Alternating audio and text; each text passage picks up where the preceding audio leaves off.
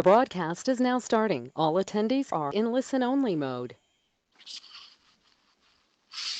Hey everybody, this is Chris Nealon. Thank you for taking the time to join us here this afternoon. We are pleased to be honoring Marc, or not honoring, we're not honoring you, Marc. We are pleased to hear from you though, and excited about what you've got to share with us. There is a white paper that is sort of serving as the foundation or the text for what Marc is going to be presenting to us today. So in addition to some slides, we'd love to get the white paper in your hands. I just wanted to maybe take 60 seconds before introducing Marc to explain why I think this is a worthwhile topic for us to spend 50 minutes or so talking about. Internally at Cult, we refer to what Marc's talking about as AIM, which is an acronym, AIM, for Audience Intersection Mapping. But it was birthed out of necessity because our clients were making one of two errors. The first error is that they are spending a lot of money on research, which is you think that's a good thing. They want to try to get smarter about their customers. And research methodologies aside, I'll let Marc spend more time debating on inferior ways of getting consumer insights. But the bigger problem that I would be exposed to is, hey, Chris, we've done all this research. Now what should we do with it? So it was almost like research was the objective as opposed to increasing sales was the objective. So they were stuck with a bunch of new data, and then they were left to say, how should this inform our go-to-market strategy? Equally problematic would be people that have created go-to-market strategies in the absence of any kind of research. They were prioritizing the things that the business wanted to accomplish without prioritizing the things that the audience wanted to hear or receive. And so sometimes in the first scenario, they feel like the research kind of let them down because the research was done without the end in mind, and therefore the marketing fell flat.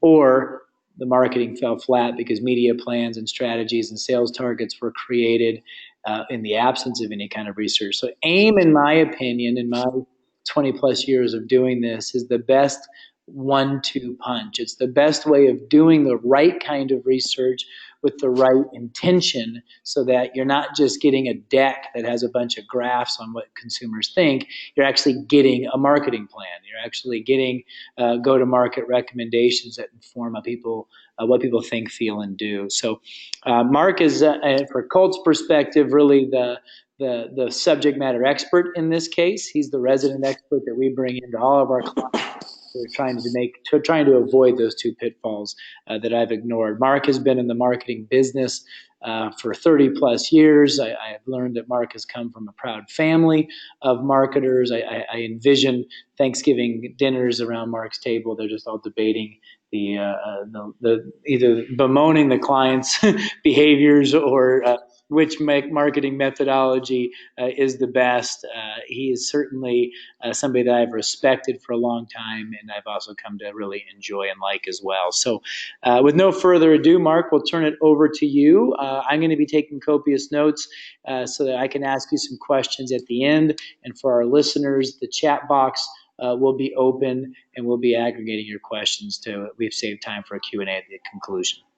Over to you, Marc. Thanks for the setup, Chris, and we'll certainly save the stories of family squabbles of all of us in the marketing and advertising business for another webinar. But I'm excited about what I want to talk to the audience about today, because this has been a passion of mine for as long as I know it's been a passion of Chris and Cult's belief that we need to understand not just what a brand wants to say to an audience, but what an audience wants to hear from a brand, this whole idea of audience engagement. So, as we kind of move through these slides, and just so you know, I'm elsewhere, not in Calgary, so I'm going to be giving some guidance to the team back in Calgary to move slides forward like now. We're going to kind of talk you through what I've collected here as a way of having a conversation. So This slide is representative of a lot of reading that got my curiosity piqued around this idea of understanding what does audience engagement mean. And I've been on a few podcasts where the conversation inevitably gets around to audience engagement being connected to a behavior, and we believe that it is actually what comes before a behavior. And this idea that when you are going through a consideration, it is being, the vast majority of consideration is happening subconsciously or unconsciously, and it's happening at an emotional level, and oftentimes usually rationalized after the fact. And yet, to Chris's earlier point, so much research delves into and starts with a delve into demographics and behavioral activity and even psychographics. And for us, attitudinal predisposition is the king of this entire space.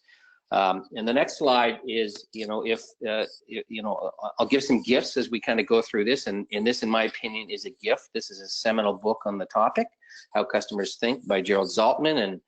And when I read it, it helped me understand the emotional side of the decision-making process that a consumer does in a very different way than I had up until then. And it was, for me, the Bible for creating or certainly building AIM and its sister, AES. And I did a previous webinar, and there's also a white paper around AES, which is our version of scoring or understanding what does engagement look like today, what contributed, what were the ingredients to get engagement to where it is today, and what could we do with that information to improve engagement in the future. So AES is, my opinion, NPS, Net Promoter Score on steroids, where you actually have some diagnostic information and some actionable information. And AIM intends to go one step further to say, how can we provide some typical strategic outputs that are part of the consideration of a go-to-market strategy, which is the last part of this exercise, in very different ways that taps into this emotional perspective or attitudinal predisposition. What are the attitudinal drivers that help define an audience, that help define their path to purchase, that help define their perspective or their expectations of a brand, and then ultimately inform that go-to-market strategy for any particular brand. And the next slide is the synthesis of what AIM is. So there is a deep dive into understanding what is the, who is the audience, and we talk about and look at the audience in a very different way, which I'll get into in a second, and define them or cluster them or segment them very much on their emotional feelings and rational beliefs. Those things that we believe are predictors of behavior, and we define them around two key descriptors: who is your predominant audience and who's your opportunity audience. Then we look at their path. What route do they take? But it's not just like a typical customer journey mapping exercise about the literal touch points along the journey. It's very much about the emotional connections that people are making along that journey and their expectations of a brand. And oftentimes we can help a brand understand how well they are doing, not just rationally, but emotionally at each one of those touch points. Then we understand what the brand's profile is from the audience's perspective. The analogy I often use is a brand decides what kind of suit of clothes it wants to take to market, but it's equally important to understand from the audience perspective if that is a suit of clothes they think suits you. Should you be wearing a bow tie instead of a regular tie, or no tie at all? What kind of shoes should you be wearing? So this process helps us understand the audience's expectations of the brand in its ideal state in order for it to have a deeper relationship. And then if we're looking in an audience path about what causes your loyal audiences to make a connection, in a brand path, we're looking at what causes your brand to make a connection. So you've got a go-to-market plan that has a number of different touch points and a number of different avenues and roads. How can we maximize that? And we deliberately, when we go through the exercise of understanding this data and digging, exploring through it, try and find juxtapositions between the audience profile and the brand profile, and between the audience path and the brand path. And we express those in what we call points of inflection. A moment, an opportunity, a situation that if we were to look at it slightly differently, could actually lead to a different result, hopefully a more improved result going forward. So I want to spend a little bit of time going through each of these 4 circles, and I've got some examples here to help people understand exactly what that is. And we're going to start with the audience profile. And maybe we'll jump ahead 2 slides. The first one is a placeholder slide. So this is a good illustration of how we have a different approach to segmentation. We are really looking for attitudes and beliefs, and this is a segmentation. This is an output of a segmentation we did for a client in the financial services area. So we are, and one of the important things, Chris kind of touched on it, in what I think many research studies are flawed in, is asking a stated question and taking a stated answer as gospel and using that stated answer for fodder for exploration.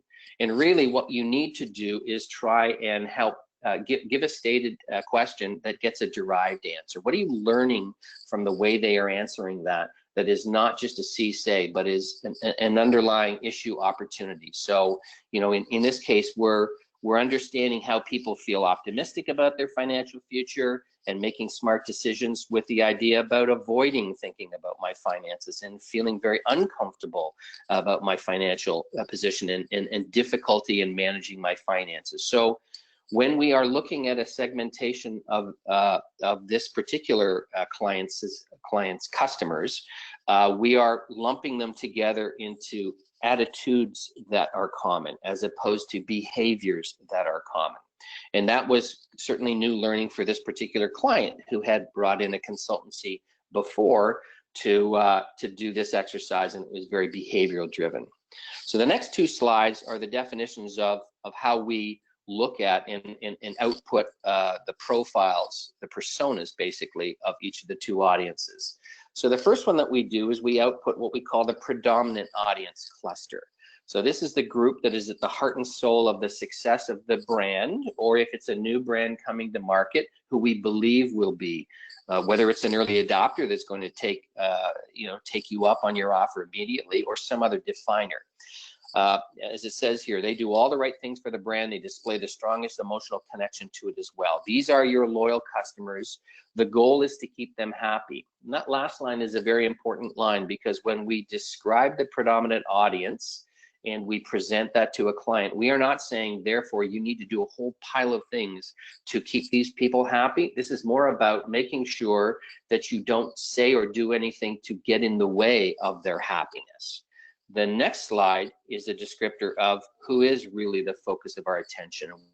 We call it the opportunity audience. They represent your keys to the future.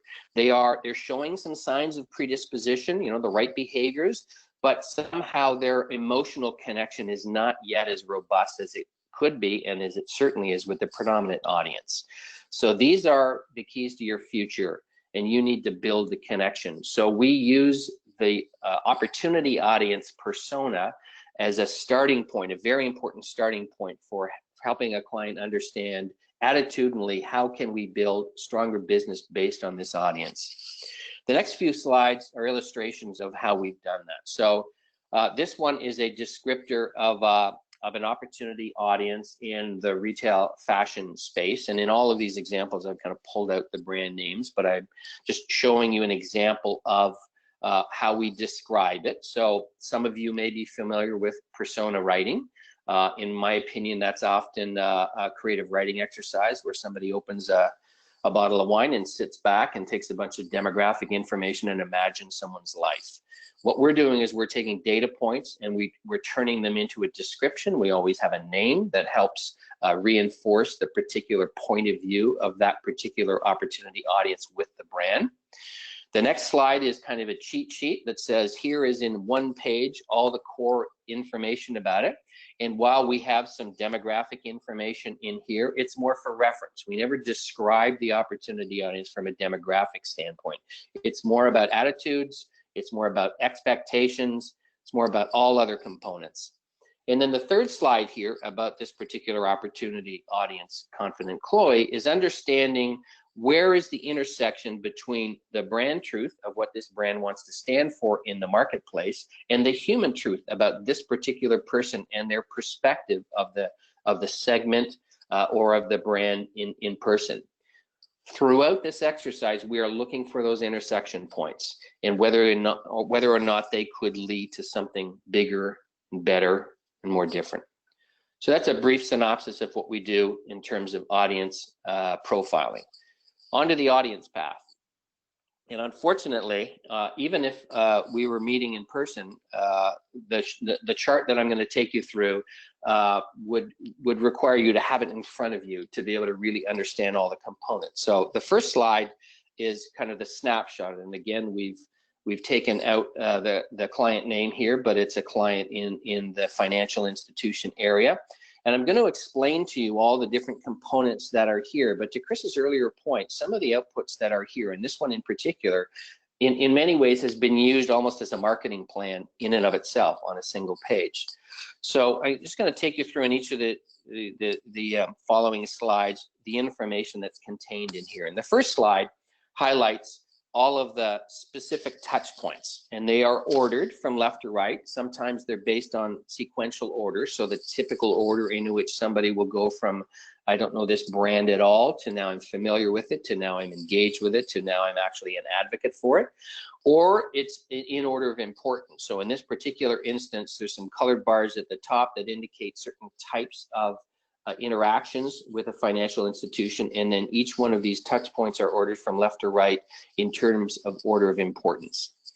The next slide highlights the frequency that this audience experiences each touch point. So it's important to understand not only what are those touch points, but the frequency with which you are going to interact with them. And in particular, that's a good setup for the next slide that talks about the level of importance to the overall relationship with the brand. So there could be something that is quite infrequent, but highly important to the strength of the relationship between the audience, in this particular, the opportunity audience and the brand.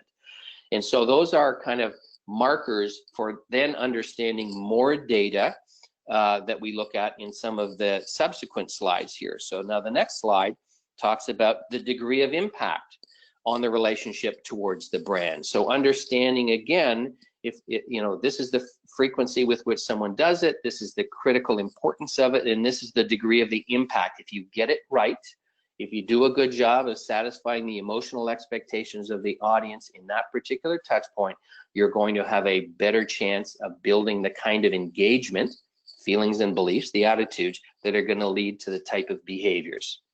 And then the final slide is an example of, or is illustrating the emotional feelings at each touch point along the path. Sometimes we also have some additional information on here that talks about who are the influences. Are they people influences or technology influences that are contributing to your emotional feelings at each one of the touch points? So again, you can look at all this information vertically to understand the impact of those touch points in a variety of different ways, and certainly horizontally to understand where are the opportunities for improvement and where are the areas where we're doing exceedingly well and we need to make sure that we keep doing those things. I think the next slide is just coming back to the audience journey map without all the coloration. So let's talk a little bit about brand profile. When we do brand profile work and helping a brand understand the audience's perception of it, perspective of it, we create a document that's a little bit different than a typical marketing or advertising creative brief. We call it an audience engagement brief, because it's not just about crafting some messaging that's going to pull somebody into a brand's narrative. It's about understanding what does engagement look like on the audience's terms as much as on the brand's terms. And so this is the first thing that we do, is we write a challenge statement. And it's a statement that we believe, based on a reflection of the research, is the truth, and that the client believes is of importance to them.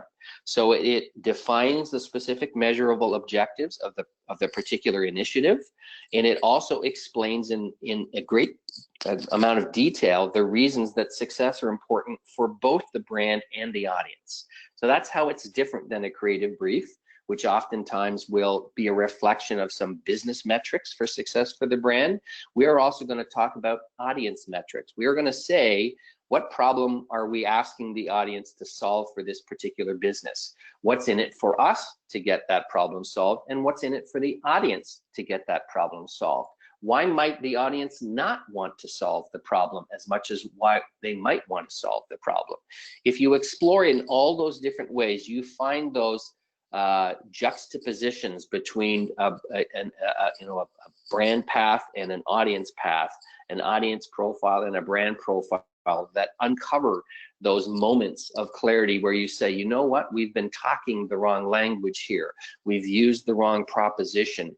We need to change the narrative. All those kinds of things that can lead you to a different place.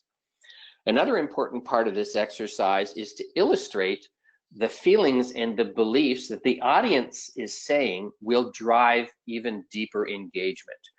So again, this is an example of a client where we talked about what are the two key feelings and the two key beliefs that, based on the opportunity audience's description of their relationship with the brand and the category, would get them to lean in deeper. So in this instance, it's a sense of kinship with the brand, that the brand has an understanding and a belief that is empathetic with their own needs.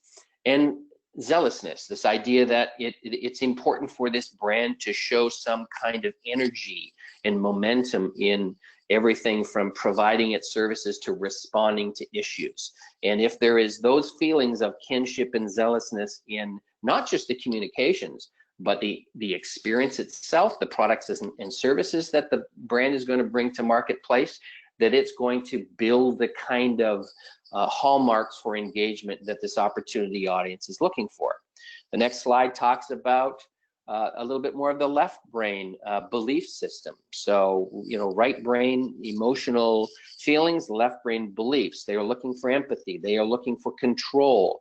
And if this brand in question could provide that sense of empathy and that sense of control, that this audience in particular is going to lean into the brand in a much stronger way. And then the final slide that I wanted to share with you in this section that is part of the audience engagement brief and is usually a pretty robust part of the conversation we have with the client is defining an insight.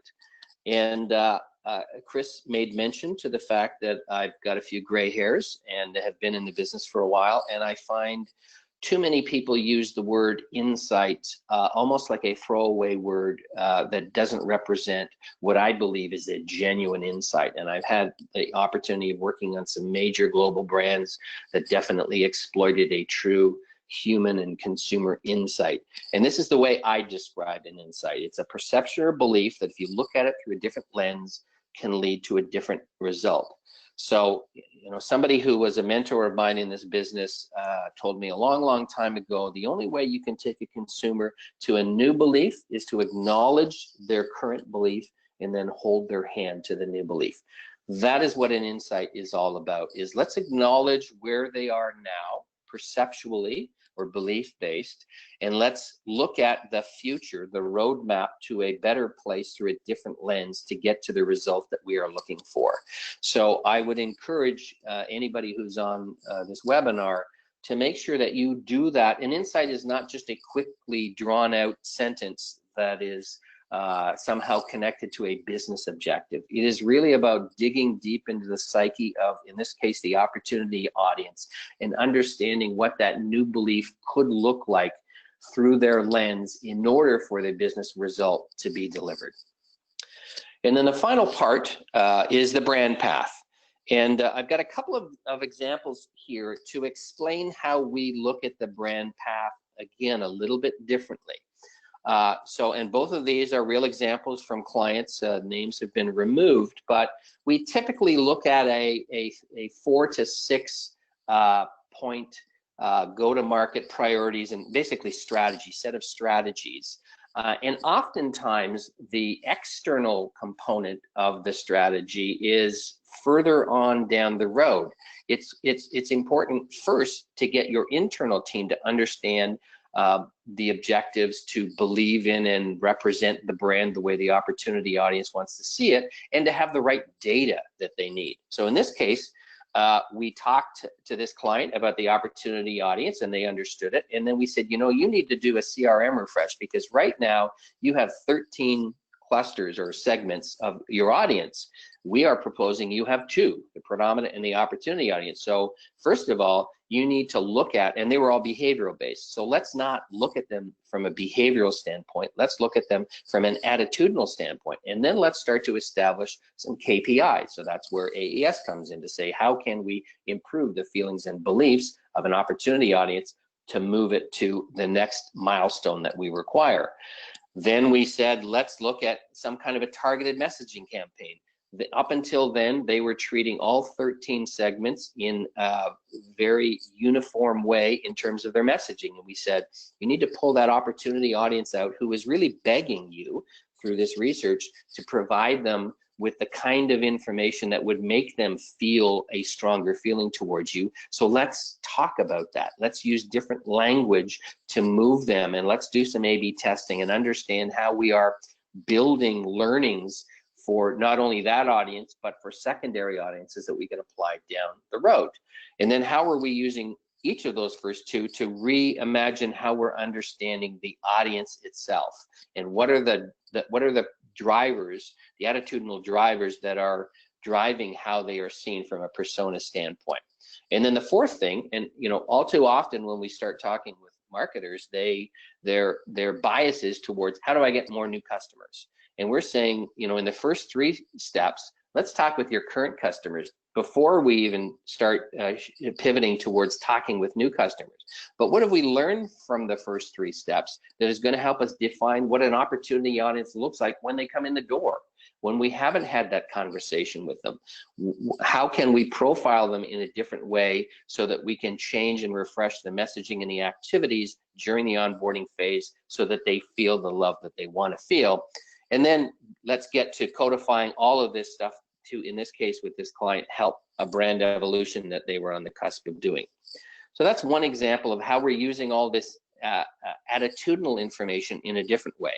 The next slide shows a slightly different version of that. So again, we start with internal alignment. We've helped them to reimagine the relationship from an attitudinal standpoint with their prospective best customers. How do we make sure everybody internally and not just the marketing department understands that? Then how do we use that information to retool how they are using research? Typically, they were using research just to answer very specific product questions in the marketplace. Let's understand the experience that the customer is trying to have with the brand, and let's actually build in some kind of a feedback loop so that there's continual conversation with those customers. Then how do we start to move into ensuring that the product matches the expectations that the opportunity audience has as closely as possible? So don't just think about your products and services in terms of what you are capable of offering to the marketplace, but how can you satisfy the sweet spot of the opportunity audience to really lean into your brand? Then we don't get around until step 4 to, this was a new brand coming to marketplace, that major launch opportunity, and how are we vocalizing all of this information to reduce barriers as much as possible, and how are we listening as much as we are speaking to understand how we can reduce those barriers so that they not only have a great experience, but they're going to share that experience as much as possible. And then finally, how are we gathering a body of information that's going to help us continually improve as we move forward on all these fronts? So those are the 4 steps that we have and that we use in audience intersection mapping to understand the emotional drivers, the attitudinal emotional drivers that in a particular segment that we call the opportunity audience is most interested in, that's going to get them to help us build our business, and do it through research that is a little less say and a little bit more stated derived to help people uncover. It's very difficult to ask someone directly, how do you feel or what do you believe about a brand? You have to ask them a different question to get them to reveal how they feel or want to feel about a brand, and what they believe and how they believe about a brand. And then finally, all of this information is to help set up a scenario where you are not only satisfying the brand's goals, again, back to the challenge statement, and when we meet with clients on an ongoing basis as we're moving things forward, we are continually bringing up that challenge statement to remind everybody at the table that that is the task at hand. How are we satisfying both the brand and the company, the organization's needs for specific business metrics of success? At the same time, helping the audience to feel the level of engagement that they are looking for. Because if you are a cult brand, you are not just buying, you are buying in, you are promoting the brand as much as you are consuming the brand. You are the best foot soldiers in the marketplace to speak well about the brand. Chris. Yeah, sorry, I had you on mute there. Yes, sir. No worries. Ready to turn it over to me? Any questions from the crowd or that pop into your head based on some of the work that we've done already that might be worth the crowd hearing? Yeah, a few things to kind of get the party started here. Cult obviously is in the business of helping clients create cult-like customers. Most of the people on this webinar aren't, but all of us are hopefully in the business of helping either our clients or our companies increase their engagement with different audiences. Is this a few times you kind of I think alluded to sort of our utilization of this, but is this something that has sort of universal application? Is this something that can be used for employees versus customers, customers versus prospects? Is there anybody that would consider this, that they'd be ineligible or not qualify for this level of rigor?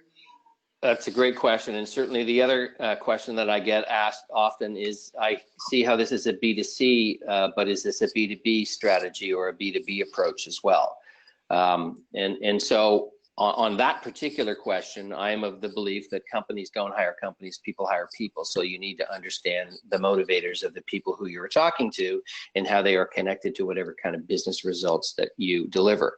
But the short answer is I've not experienced yet any category that does not benefit from this type of work. We've done work in the not-for-profit area where this is about understanding the motivations for someone who wants to gift something towards an organization to feel a certain way and believe a certain set of things about that organization, and how can you foster those feelings and beliefs in order to get them to behave in a specific way. And sometimes it's not just about giving money, sometimes it's about volunteering time, sometimes it's about, again, building a broader community through a number of influencers. So it certainly has worked in that space. We've done work in the higher education space with this approach. In particular, it was around understanding prospective students and what are their expectations of a relationship with a university that was not just about the education, that was about the community. This was a university that had a significant amount of its population come from abroad. So there were a lot of things around social circles and community building that were very important for that audience. And so it was about understanding, A, through this process, what are those drivers, and B, how can we facilitate satisfying their need to feel like they would be at home at this particular university. So we've done that. We've certainly done some work in the financial space, both at a B2C and at a B2B level. How can you build better relationship with people who are representing your brand through merchants and a distribution network, as much as how are you representing and building a relationship with a customer base who's going to give you some money and do that based on trust. So yeah, it's certainly, I've not run into a category where it hasn't had some application. And the other thing I would say is it's as important for you to not just listen to the good things, but listen to the challenging things. So, you know, as an example, one of the feeling-based emotions that we really try and get a handle on is forgiveness. How likely are you as an audience member to forgive this particular brand if it errs in some way. Now, obviously, that's predicated on whether the brand does the right things on the other side of the error. But that's a very important part of it. And that's come into play in some of the conversations we've been having with a client who is engaged us for internal engagement. So they have already a quite successful external campaign, but they seem to feel as though there isn't the kind of internal engagement, and they're a national organization with their staffers across the country. So how can we understand their expectations, because they need to deliver the purpose of the organization face to face with a lot of people, and how can they be listening, as an example, with more empathy, so that there is a predisposition for forgiveness amongst the various external audiences that they are having an interaction with. So it's as important to understand your, I won't call them failings, but your certainly the weak points in your proposition and how you need to address them, as it is to understand the things that you can and should be hitting the gas pedal on because they're working well. There's another question, Marc, about, so I think people get the idea that feelings and beliefs are better than behaviors. And it's interesting how you kind of reference how you have to reveal them. Other than some fancy surveying, are there other ways that you can uncover what your audience believes? Certainly, and we have done this, I would confess, in a limited way so far with AIM, but I've had great success over my career in doing different types of research that are connected to something like AIM. Going in person and watching how people behave. When you ask somebody what they do and how they do it, they are 9 times out of 10, I don't know how many surveys you've taken or seen where television is the #1 medium that people believe that they've seen this ad on, even though that brand never spent any money on television.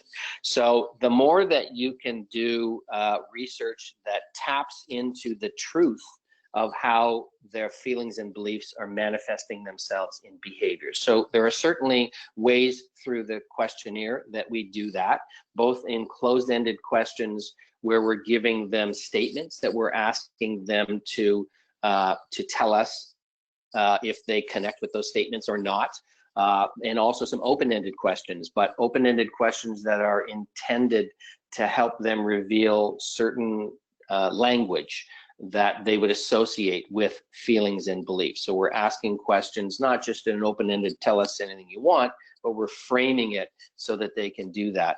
But observational research and a number of other components like that you can connect to AIM, so that you are seeing whether or not those feelings and beliefs are manifesting themselves in the behaviors that you want to see, and that ultimately your audience has expressed an interest in demonstrating, are the best ways to build a holistic plan. I mean, one of the questions that you asked a little bit earlier around this was, we do this for our clients, and I certainly want to not give the impression, although it would be lovely that every client hires us to do this, but more than anything else, I'm kind of an advocate for this idea that really what you need to do is dig deeper than behaviors and demographics and psychographics. And if you can do that in your current research, I haven't seen enough of it yet, but I would love to see it. There are a few research organizations out there like Brand Keys, who we have a great relationship with because of the gathering, that are very much about understanding and measuring loyalty,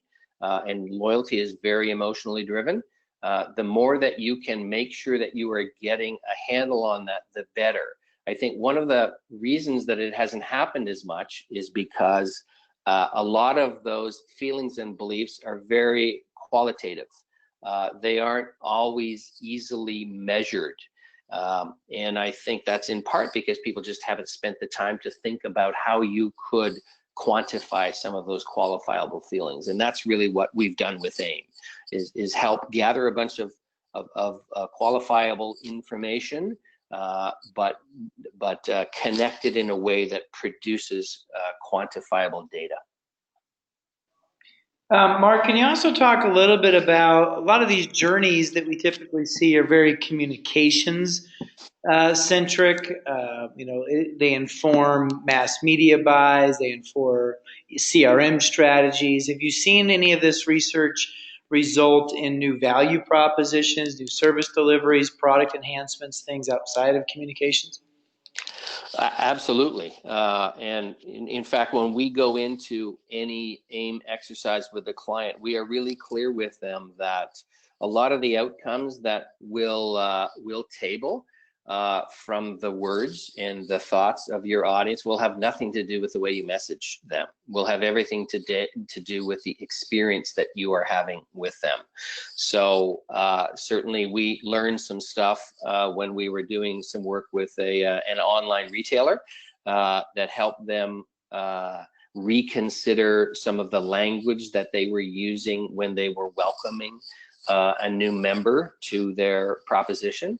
That is going to, in the long run, build a longer and more prosperous relationship for the brand and also for the audience that they hadn't thought about before.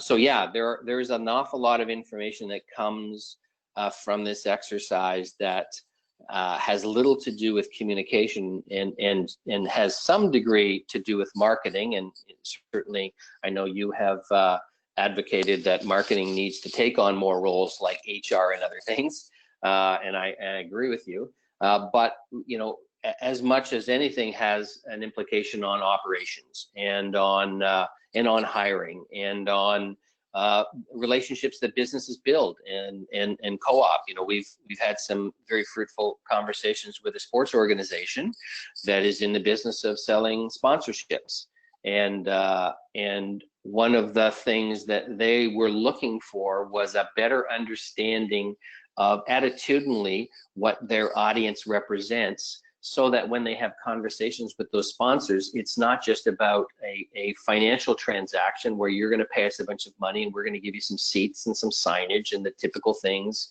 that you might get, but that they can actually contribute a halo effect from their fans on that brand that brand is lacking. It's a brand that is trying to build a better engagement with its own audiences and could tap into this particular sports organization and those dimensions that it is already delivering with its fans. So it's a much more strategic conversation about the potential for two companies to work together to help out each other. So, there again, that has nothing to do with marketing. It has to do with the installed fan base of one organization creating a different predisposition amongst a CPG brand for its customers to see that brand in a new light. And then lastly, my last question, if you guys listening have any others, please type them in, is, journey maps, I think, have become fairly vogue. Sometimes they're called audit maps or touch point maps. How do you feel this version, the 1-2 punch of the survey and the journey map that comes through AIM, as a superior deliverable than some of the more commonplace journey maps? So the commonplace journey maps that I've had experience with are very tactile and very touch point driven. And it is about understanding the touch points that are important, as opposed to understanding why those touch points are important. That is what we do in our journey mapping that is different. And we're understanding them why in terms of importance, in terms of impact, in terms of the emotional components about a person's expectations. Again, drawing back to an example of the university that we did some work with. The journey mapping was fairly predictable, except for one touch point, which was around financing information and financing options. And it was of high importance to a prospective student to understand the details of that. It was a critical factor in their decision making of which university they were going to be choosing. But there was not only a poor delivery of it by this university, not just in a practical sense of providing the information, but in an emotional sense of showing empathy showing an understanding that that is important to you, and that this particular university had some ways about helping a student understand their capacity for going to this university from a financial standpoint that they might not have considered otherwise. And so again, you can be very left brain and say, here are all the details, and you make a decision, or you can be very right brain and say, we understand what you're going through and we're here to help. And let's have a different kind of a conversation that will not make you feel embarrassed or judged as a result of the fact that you don't have the funding that you might require to come to this university.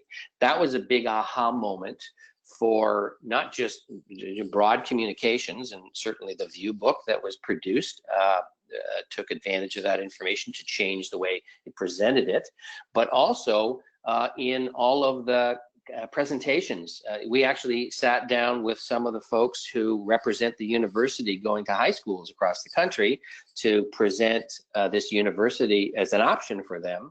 And they suddenly started talking. We scripted them to talk about that particular moment of anxiety in a different way than they had. Not just in a practical way about the steps you needed to go through, but in an empathetic way about, we understand these kinds of things. Here are ways that you and I can have a conversation, not in front of 20 people, but separately, to find a way for you to be able to come to this university if that's your desire. So again, there's lots of different ways that this kind of information from journey mapping can provide not just the rational information, but the emotional information that can help brands make different and better decisions about what engagement looks like from the audience's perspective and not just from the brand's perspective. Awesome. Well, Marc, it looks like that you've sufficiently answered everybody's questions. There's nothing else trickling in. We'll give everybody 10 minutes in their day back, but thank you for taking the time to do this. For those of you on the call, Michelle will make sure that you get a copy of the white paper, and thank you for your participation. Thanks a lot, Chris. Thanks, everybody.